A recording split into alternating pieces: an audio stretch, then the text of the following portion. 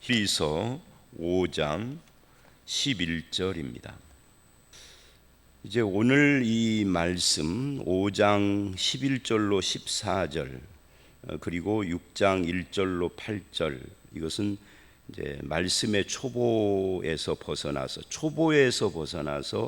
완전한 대로 나가라. 이게 전체의 주제라고 할 수 있습니다. 한마디로 말하면 장성한 신자, 성숙한 신자가 되라 하는 그런 말씀이죠. 먼저 5장 11절로 14절을 보면 이 멜기세덱에 관하여는 이래요. 앞구절 10절에 멜기세덱의 반차를 따르는 대제사장이신 예수님에 대한 이야기에서 연결이 되는 거죠. 예수 그리스도가 대제사장 되심은 어떻게 그게 가능하냐 할 때 시편 110편 4절에 멜기세덱의 반차를 따르는 제사장이 되라라고 했기 때문에 예수님이 바로 그 멜기세덱의 반차 계열로 오신 분이다. 유다 지파에서 태어났지만 유다 지파에는 제사장이 없는 거죠. 레위 지파의 제사장보다 더 뛰어나신 이유가 바로 이 멜기세덱 반차다 하는 것을 이야기를 한 거예요. 근데 멜기세덱 이야기를 해놓고 보니까 듣는 사람들이 멜기세덱에 대해서 잘 모를 것 같아요. 그래서 이제 그 이야기를 하는 겁니다. 할 말이 많지만 너희가 듣는 것이 둔함으로 설명하기 어렵다. 그러니까 멜기세덱을 잘 이해하기 어려운 사람들이 많다 하는 이야기를 하면서 그것을 12절에 이렇게 말을 합니다. 때가 오래므로, 때가 오래됐다라는 것은 신앙생활을 한 연륜이 오래됐다 그 말이에요. 교회 다닌 지 1, 2년 된 것도 아니고 10년, 20년, 30년 또는 그보다 더 오래된 사람들도 있을 수 있잖아요. 그러니까 신앙생활을 한 지가 오래되었으면은 그러면 마땅히 누군가를 말씀으로 가르치기도 하고 상담도 하고 좀 그럴 수 있는 위치에 있어야 하는데, 그런데 너희가 다시 하나님의 말씀의 초보에 대하여 가르침을 받아야 하는 그런 처지에 있다. 말씀의 깊은 것이 아니라 초보입니다. 말씀의 초보가 뭐냐 하는 것은 이제 6장에서 이야기를 합니다만은, 그러니까 초보적인 말씀이라는 것이 예수 그리스도를 믿는 것이 뭐냐 그런 거겠죠. 이제 그런 것을 늘 반복적으로 배우기만 하고 더 이상 깊은 데로 나아가지를 못하는, 왜? 이해를 못하니까 그런 처지에 있다. 그러니 신앙이 초보에 머물고 있는 미성숙한 그런 성도들이다 하는 것을 지금 말하고 있는 겁니다. 이것을 12절 끝에 보면 단단한 음식은 못 먹고 젖이나 먹어야 할 처지라고 그렇게 표현을 합니다. 여기서 음식과 젖은 말씀을 말하는 거예요. 그러니까 단단한 음식, 단단한 말씀인 거죠. 단단한 말씀이라는 것이 좀 어려운 그런 말씀들을 말하는 거겠죠. 그런데 젖이나 먹어야 된다는 이 젖이라는 것은 이제 베드로 후서 같은 데나 베드로 전후서는 젖을 말씀이라고 하면서 부정적으로 표현을 하지 않아요. 신령한 젖, 순전한 젖 이렇게 이야기를 하면서 이 말씀의 그 신령하고 순전한 부분을 이야기하는, 여기서는 그런 의미가 아니라 초보에 머물고 있는 것을 젖이라고 그렇게 말을 하고 있는 겁니다. 그러니까 젖이나 먹는 사람은 어린아이 아니냐는 그런 이야기예요. 이제 나이를 먹어서 한 5살, 4살, 5살 이러면은 고기도 좀 먹을 줄 알고 해야 하는데 그것이 불가능한 어린아이, 이 말씀에 있어서 그래서 13절 왜 이 젖을 먹는 어린아이 신앙에 머물러 있느냐 하는 것을 설명을 합니다. 이는 젖을 먹는 자마다 어린아이니, 여기까지는 이제 12절과 같은 이야기고요. 왜 그러느냐면 의의 말씀을 경험하지 못하였기 때문이다 그래요. 이게 의의 말씀이라는 게 의라는 말이 옳은 거니까 뭐 옳은 말씀 이렇게 말을 할 수도 있고요. 아니면 이 의의 말씀이라는 것이 조금 다른 차원을 말할 수도 있어요. 그러니까 우리가 은혜스러운 말씀은 아멘하고 잘 받아들이지만 의와 관계되는 말씀은 어렵다, 이렇게 말하는 분들이 있을 수 있죠. 그래서 늘 그런 태도를 가지고 있으니까 어린 아이인 거죠. 여기서 말씀을 경험하지 못한, 하나님의 말씀을 자기 것으로 내 것이 되도록 그렇게 소화시키지 못했다, 그런 말이에요. 그러니까 듣기 좋은 말씀들, 은혜스러운 말씀들만 받고 조금만 어려운 이야기가 나오면 어려워 하면서 안 받아들이는, 그게 이제 어린아이인 거죠. 그런 것 때문에 어린아이가 됐다. 그러면서 14절 장성한 자는 단단한 음식도 먹는 자다라고 이야기를 합니다. 이 단단한 말씀과 13절의 의의 말씀은 어떤 연관성을 가지고 있는 거죠. 그러니까 어린아이가 물컹물컹한 뭐 죽 같은 무슨 그런 미움 같은 그런 것만 먹는 것처럼 이제 말씀에 있어서도 그렇다는 거예요. 넘기기 쉬운 것만 읽고 보고 듣고 한다 하는 거죠. 익숙한 것, 또 마음이 뭐 들으면은 재미있고 뭐 유익하고 은혜스러운 이런 것만 찾는. 그런데 단단하면 그것보다 조금 더 나아가서 그렇게 은혜스럽지는 않지만 꼭 필요한 말씀들, 그건 이제 성숙한 자인데 그것이 안 된다는 거예요. 그러면 이 장성한 자, 단단한 음식도 먹는 자가 되려면 어떻게 해야 되느냐 할 때 지각을 사용함으로 연단받아야 된다라고 말을 합니다. 이 지각이라는 것은 생각입니다. 연단은 훈련이고요. 그러니까 생각의 훈련을 해야 한다. 그래서 뭐를 하려고요? 선악을 분별하는 자들이 돼야 된다. 옳고 그름을 분별할 수 있는, 또는 선악이라는 것을 하나님의 뜻 이렇게 바꿀 수도 있어요.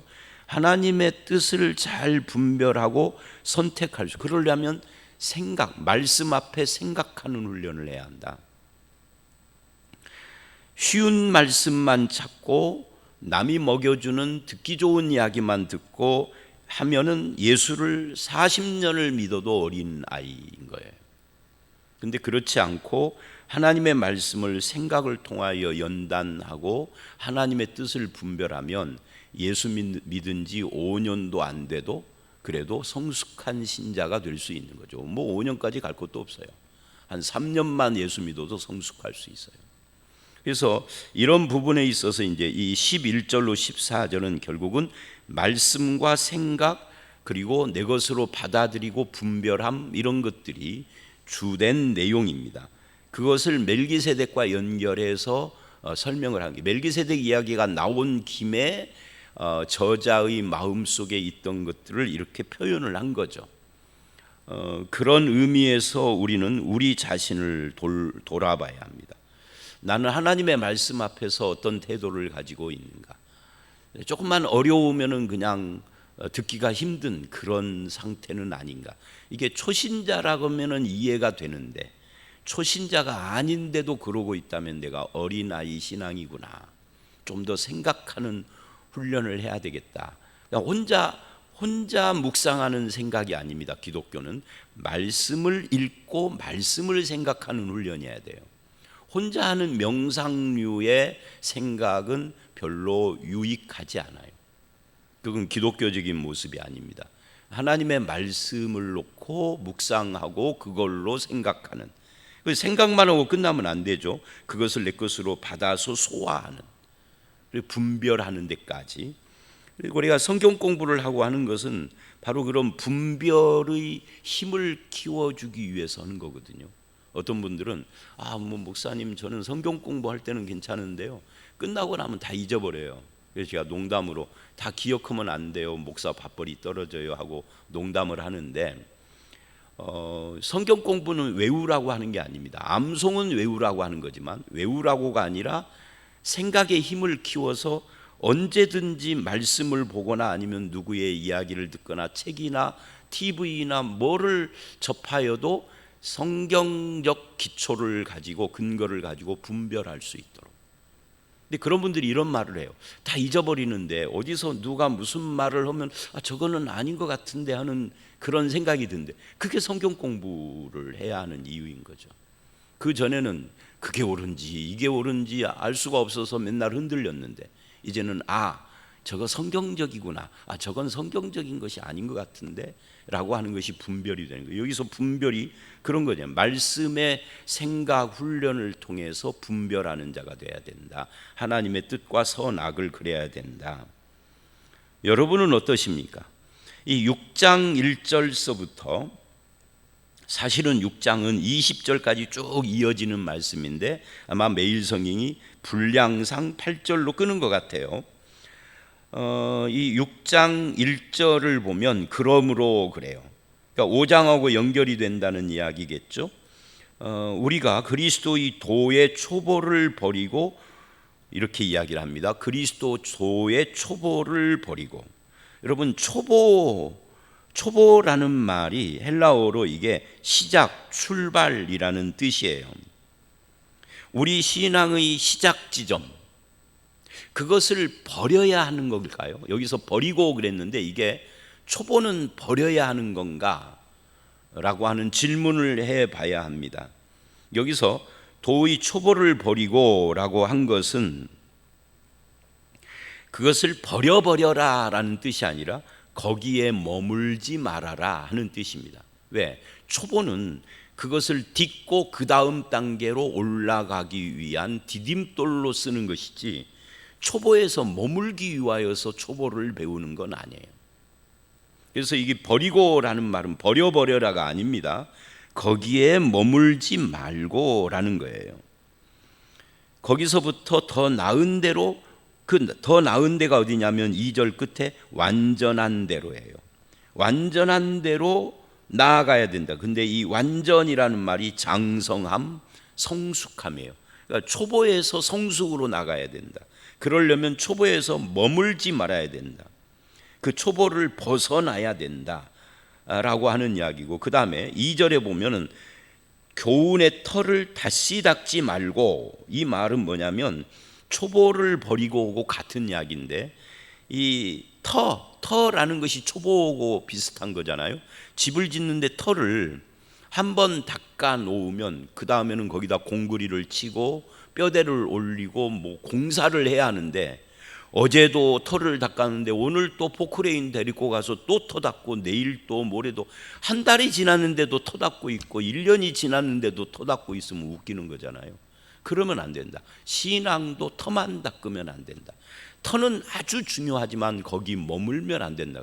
그러니까 초보에 머물어도 안 되고 터만 닦고 있어도 안 된다. 그러면 초보가 뭐고 터가 뭐냐? 거기에 몇 가지로 이야기를 하죠. 죽은 행실을 회개함과 하나님에 대한 신앙, 회개와 믿음입니다. 이 회개와 믿음은 구원의 도리이죠. 여러분, 회개와 믿음은 버려야 할 것이 아닙니다. 그거를 터로 삼고 그 위로 올라가는, 말하자면 기초다 그 말이에요. 그러니까 이거 버리라는 말이 버리라가 아닌 이유가 여기에 있는 거죠. 회개와 신앙, 그 다음에 세례들과 안수, 이것은 공동체 의식입니다. 이 교회 공동체에 들어오는 신자로 인정받는 것이 세례와 안수잖아요. 그래서 공동체 의식이에요. 그 다음에 죽은 자의 부활과 영원한 심판, 부활과 심판입니다. 종말신앙 같은 것이죠. 이런 것들은 다 기독교에서 아주 중요한 기초들입니다. 그런데 문제는 이 기초를 또 닦고 거기에 머물러 있으면 안 된다 그 말이에요. 성경 공부를 했어요. 믿음이 뭔지, 회개가 뭔지, 예수 그리스도의 부활과 십자가, 뭐 세례의 의미, 재림과 심판, 아주 중요한 것들이죠. 그런데 몇 년 있다가 그거 또 해. 그리고 또 몇 년 있다 또 해. 그거를 평생 해. 이런 거죠. 그런 걸 성경 공부를 하는 이유는 한 번 내지 두 번 한 뒤에는 다시는 또 그걸 성경 공부 안 해도 될 만큼 확고하게 만들기 위해서 성경 공부를 하는 거예요. 성경 공부의 목적이 성경을 공부하기 위한 목적이 아니라 이것에 흔들리지 않고 이 부분에 있어서 회개, 믿음, 세례, 부활, 심판 이런 것들에 대해서 흔들리지 않는 확신을 갖고 다시는 그걸 또 배울 필요가 없이 그것을 토로해서 성숙한 신자가 되려고 하는 거예요. 근데 거기에 머물러 있다는 거죠. 초보에만. 그래서 이 5장 12절에 너희가 다시 하나님의 말씀의 초보에 대하여 또 누군가에게 또 가르침을 받고 또 가르침을 받고 계속 그것만 하고 있다는 거죠. 그건 어린아이다. 이제는 네가 누군가에게 그걸 가르치는 사람이 되어야지 라고 지금 말하고 있어요. 이 부분에 있어서 우리가 참 이게 참 나는 이게 되나. 이제 목사라면 몰라도 성도들은 아마 그런 생각을 할 수 있어요. 근데 어떤 분들이 성경 공부를 끝냈는데 그 다음에 한 번 더 했어요. 왜 하냐고 그랬더니 이 중에도 뭐 두 번, 세 번 하신 분도 있으니까 첫 번째 할 때는 잘 이해가 다 안 됐대요. 두 번째 하니까 좋대요. 잘 이해가 된대요. 그렇게 해서 3년 끝냈는데 또 왔어요. 세 번째. 그래서 왜 또 오시느냐고 그랬더니 이렇게 대답을 하더라고요. 다른 사람에게 설명하려니 잘 막히더라고. 나는 이해가 됐는데 그래서 다른 사람에게 설명을 잘 하려고 세 번째 한대요. 그건 괜찮아요. 그런데 성경 공부 재미 때문에 또 오고 또 오고 하는 건 아닌 거예요. 그죠? 첫 번째는 이제 그런 것이 있구나. 두 번째는 내가 확신하고 세 번째는 남에게 설명하기 위해서. 근데 평생 그것만 오고 있으면 안 되는 거죠. 그죠? 성숙한 대로 나아가라. 그걸 기반으로 해서 아주 중요한 이야기를 지금 하고 있는 겁니다. 이게 오늘 본문이. 그래서 이런 것을 배우지도 말고 하지도 말아라가 아니라 다시는 반복 안 해도 될 만큼 확고하게 해놓아라라는 뜻이에요. 그러니까 버려라라는 말은 역설적인 거죠. 사실은 버려라는 이야기가 아닌 거죠. 그러면서 어떤 이야기를 하느냐면 이제 3, 4절. 이 3, 4절은 해석을 할 때 좀 난제에 속한다. 히브리서의 난제가 한 세 군데 있는데 그 중에 하나예요. 근데 저의 입장에서 보면은 난제도 아닌데 사람들이 난제라고 하는 거죠. 왜 난제라고 하느냐? 거기 보니까 예수 믿다 타락하면은 구원 못 받는다라고 생각하게 하는 것 같은 말씀이 3절서부터 6절 말씀이에요. 아까 제가 3, 4절이라고 그랬는데 3절로 6절. 그래서 이제 거기 보면 이런 말을 합니다. 하나님께서 3절은 빼고요. 3절은 2절에 붙어 있는 거죠. 하나님께서 허락하신 우리가 이것을 하리라 하는 말은 털을 다시 닦지 않고 완전한데 성숙한 대로 나간다. 하나님이 허락하면 그거고요. 이제 4절로 6절이 난제죠. 이제 4절을 보면 이런 말을 해요. 하나님의 선한 말씀과 내세의 능력을 맛보고 타락한 자들은, 여기서 중요한 것은요, 맛보고예요. 이 맛본 것이 참여한 것도 같은 건가요? 제가 이 히브리서 설교를 옛날에 할 때 이 맛보고를 이렇게 설명을 했어요. 옛날에 어렸을 때 보면 동네마다 엿장수들이 다녔잖아요. 지금은 엿장수들은 관광지, 유원지 이런 데만 있고 이런 주택가에는 안 다니잖아요. 엿장수들이 하는 것이 뭐예요? 동네 꼬마들에게 맛배기 주는 거잖아요. 맛배기는 뭐죠? 맛배기는 유혹하는 거예요. 그거 먹고 맛있으면 집에 가서 고무신도 갖고 오고 빈병도 갖고 오고 못 쓰는 라디오도 갖고 와라 하는 거죠. 그러면 이제 애들이 집에 가서 찾는데 그런 게 있나요? 그러니까 쓰고 있는 것도 몰래 갖다가 받쳐 먹고 엿 먹고 싶어가. 엿이 진짜 맛있잖아요, 옛날에. 요즘은 엿 주워도 안 먹는 세대지만 그때는 우리가 먹을 수 있는 간식 중에 최고의 간식인 거잖아요. 저도 맛배기 많이 얻어먹고 그런 기억이 나는데, 맛배기를 먹고 집에 가서 가지고 오는 애들도 있지만 어떤 애들이 있어요? 맛배기만 먹고 끝나는 애들이 더 많죠. 맛배기 먹고 집에 가서 가져오는 애들이 100%라면 엿장수 부자 되게 그러지가 않는 거예요. 그죠? 아, 요즘은 시식 코너가 있네. 코로나 때문에 시식 코너가 요즘 많이 없더라고요. 옛날에 코로나 이전에는 마트에 시식 코너 그런 거죠. 시식 코너에서 먹고 사요, 안 사요? 일부 사는 사람이 있지만 제가 보기에는 10분의 1도 안 사는 것 같아. 10명이 시식을 하면 1명이 살까 말까 그래요. 그래도 믿지지 않는다는 이야기잖아요. 뭐 그건 믿지는 문제는 그렇고, 그 시식을 하는 사람이 다 사는 사람은 아니에요. 여기서도 그 똑같은 이야기인 거죠. 하나님의 말씀과 내세의 능력을 맛봤다고 해서 구원받은 사람은 아니에요. 친구 따라 교회 와가지고 한 1년 다녔어. 하나님의 말씀을 들을 때 야, 참 좋은 말씀이네, 들으면은 좋은 거네 그랬어요. 내세의 능력도 맛봤어. 죽음 이후에 대해서, 영혼에 대해서 생각을 하고 어떤 때는 눈물도 흘렸어. 설교를 들으며. 그렇다고 해서 구원받은 사람은 아니에요. 맛보기를 한 거죠. 시식만.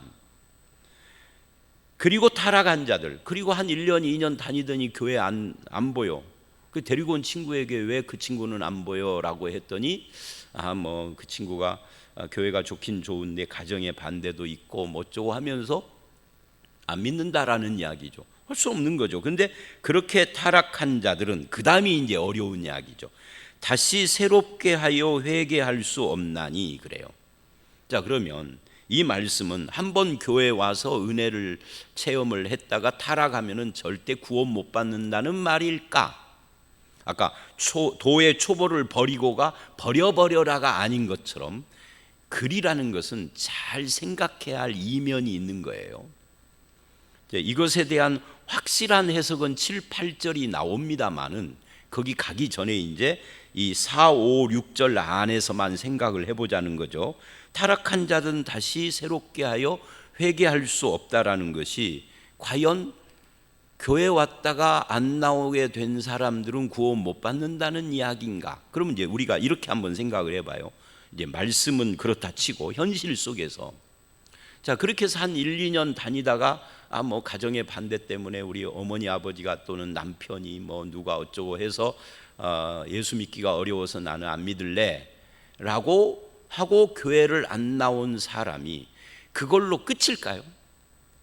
그런 사람들 중에 이사를 가서 좋은 이웃을 만났는데 그 이웃 권사님이 전도를 해서 그 교회를 따라 나가다가 거기서 집사도 되고 권사도 되고 한 사람은 있나요, 없나요? 우리 중에 있죠. 있는 정도가 아니라 많이 있죠. 한두 사람이 아니죠.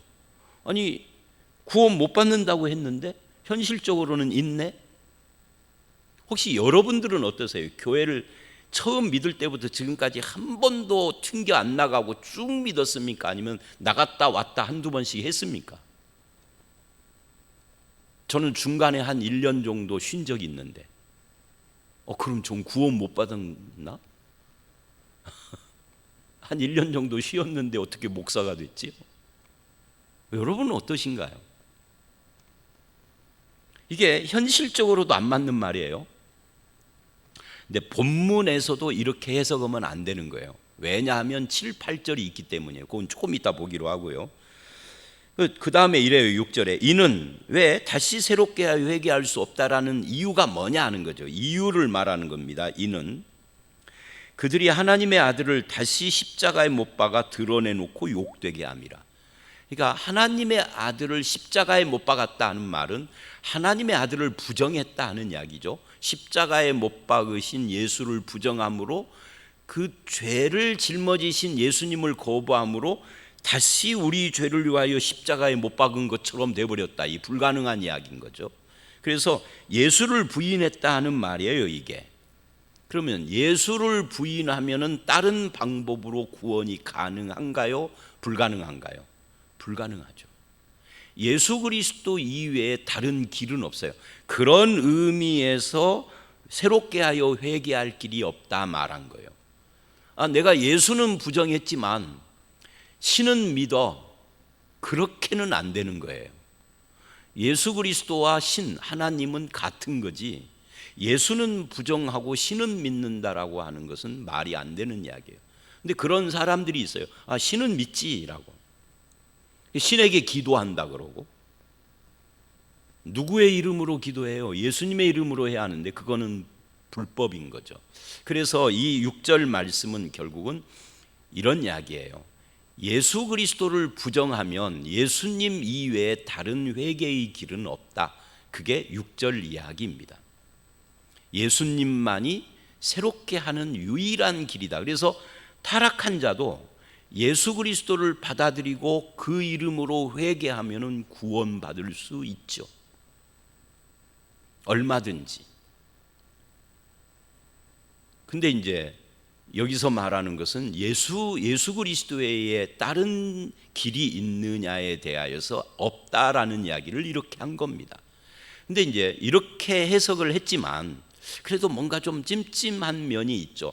목사님이 그냥 목사님 나름의 해석 아닌가라고 생각이 들 수 있는 부분이 있죠, 사실은. 그런데 7, 8절은 그렇지 않음을 쐐기 박습니다. 이제 7, 8절은 어떤 이야기냐면 이런 거예요. 7, 8절은 아주 쉬운 이야기죠. 자, 땅에다가 여러분이 채소를 심었어요. 뭘 심었다고 할까요? 뭐 어떤 분은 상추 씨를 심었고 어떤 사람은 또 뭐 상추하고 비슷한 것도 뭐 있어요. 하여튼 뭐를 심었어요. A라고 하는 채소를 심고 뭐를 심었어요. 뭐를 심었는데 비가 내렸습니다. 비가 내리고 며칠 있다가 거기서 싹이 올라왔어요. 상추 심은 줄 알았는데 엉겅퀴가 난 거예요. 그러면 왜 상추가 안 나고 엉겅퀴가 났을까요? 이런 거죠. 비가 산성이어서 오염돼 가지고 산성비가 내려서 심기는 상추를 심었는데 산성비를 흡수해서 이 상추가 엉겅퀴로 변한 거죠. 맞나요? 대답해 보세요. 맞나요? 틀리나요? 틀리죠. 비의 역할은 뭐예요? 비의 역할은 산성비가 됐던 제대로 된 비가 됐던 심은 씨가 물기를 머금고 올라오게 정체를 드러내게 하는 역할만 하는 거예요. 그거를 변화시키는 일은 못해, 비가.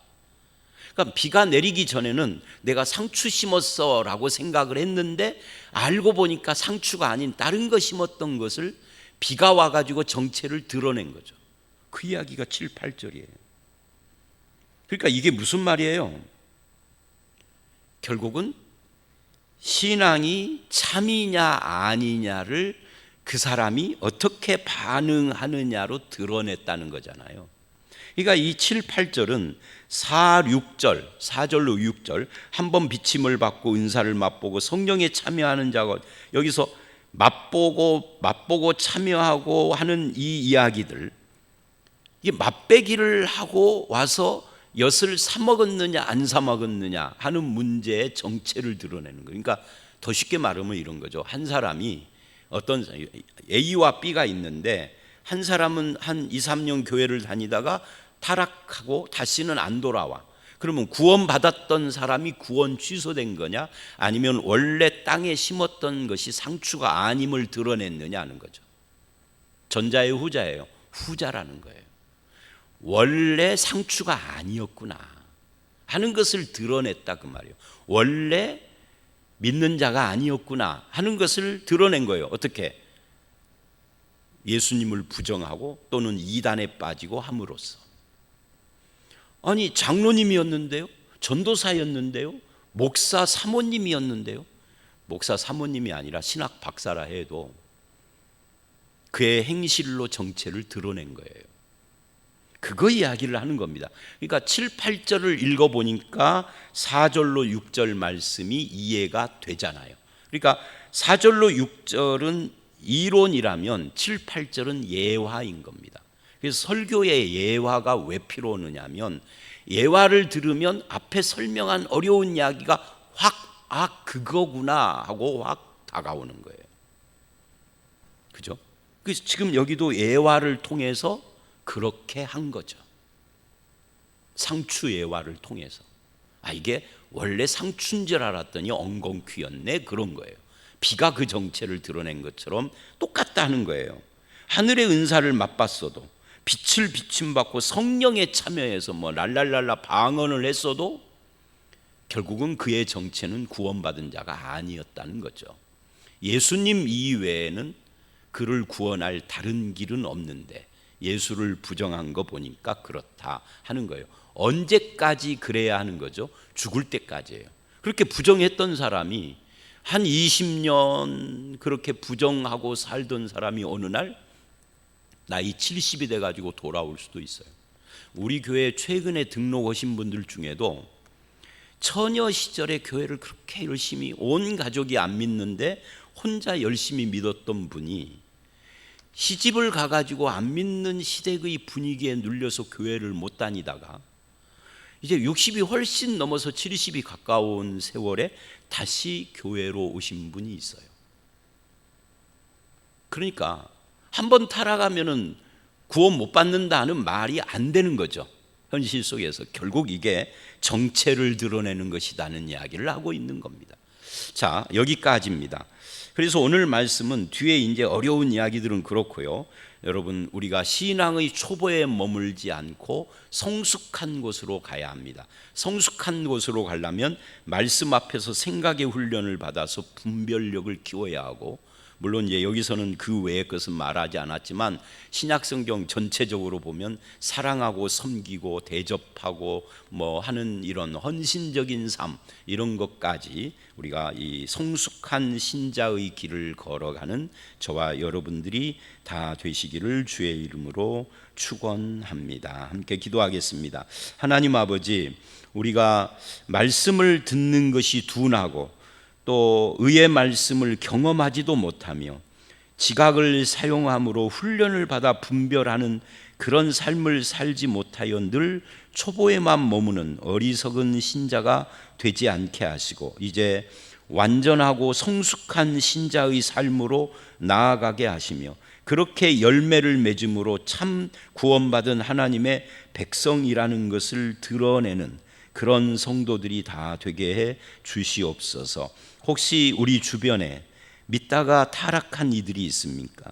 저들을 향하여서 그리스도의 말씀이 역사하여서 다시 돌아오는 그런 축복이 있게 하시고 우리의 가족들 중에도 믿음으로 다시금 새로워지는 열매가 맺어지도록 역사해 주시옵소서. 아버지 하나님, 우리가 도의 초보에 단단히 서서 장성하고 성숙한 신자의 삶을 살게 되기를 간절히 소원하오며 예수님 이름으로 기도드려 싸움나이다. 아멘.